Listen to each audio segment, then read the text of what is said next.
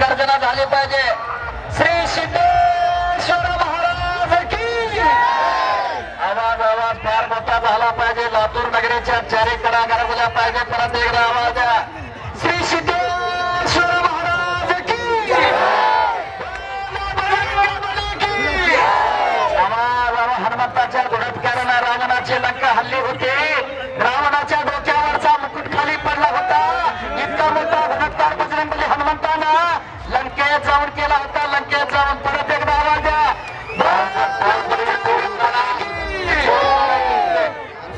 धन्यवाद।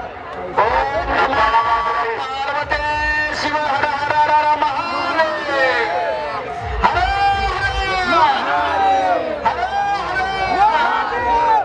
अशी घोषणा आहे। छत्रपती शिवाजी महाराजांना बळ दिलेली घोषणा आहे। ज्या ज्या वेळेस मोगलावरती तुटून पडायचे त्यावेळेस हर हर महादेवाची गर्जना व्हायची आणि मुठभर मावळा लाखभर मोगलावरती तुटून पडायचा। सुरक्षे पळ करून सोडायचा। छत्रपती शिवप्रभूंनी गणिमी काव्यांना खऱ्या अर्थानं हा दक्कनचा पठार सही सलामत ठेवला। हा हिंदुस्थान सही सलामत ठेवला। मैदानामध्ये कुस्ती लागली रोहन पवार विरुद्ध फिरोज शेख।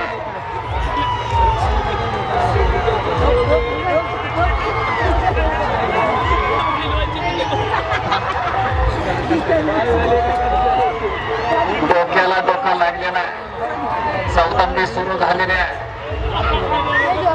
दोघही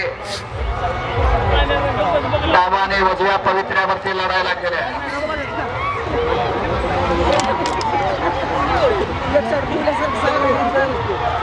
शांत चित्तानं लढायला लागलेला आहे।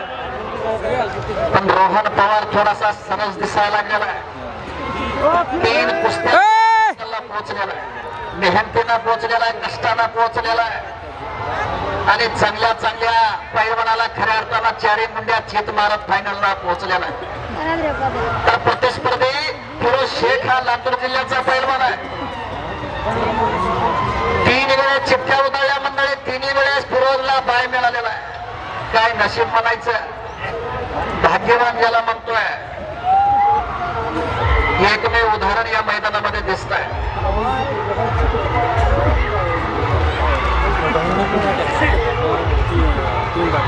अत्यंत सावध पवित्र्यामध्ये रोहन पवार लढतोय मोहोळचा।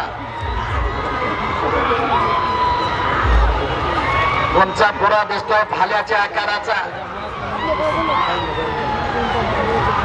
परत एकदा पंजे पकड चालू आहे। डोक्याला डोका लागला गेलेला आहे। डोक्यातल्या विचाराने कुस्तीला प्रारंभ झालेला आहे।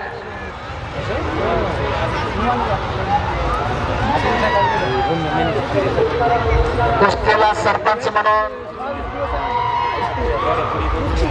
ज्यांनी महाराष्ट्राची तांबडी माती आणि या तांबड्या मातीतली भिंगरी म्हणून ज्यांना ओळखला जात होता, सलग 6 वेळेस महाराष्ट्र चॅम्पियन आहे शरद पवार त्यांचं नाव आहे। कुस्तीतले शरद पवार आहेत, राजकारणातले नव्हे।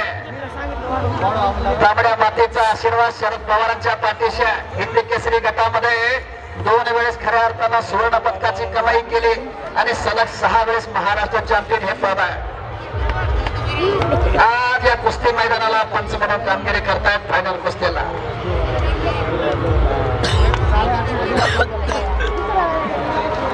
अशी सर्वोत्तम कामगिरी लातूर जिल्ह्याच्या पैलवानाची आहे। बिरादर मामाची उंची हिमालया एवढी आहे, पण बिरादर मामाला तालुक्यापुरतं करण्याचं राजकारण खाली आम्हाला पाहायला मिळू लागलेलं आहे।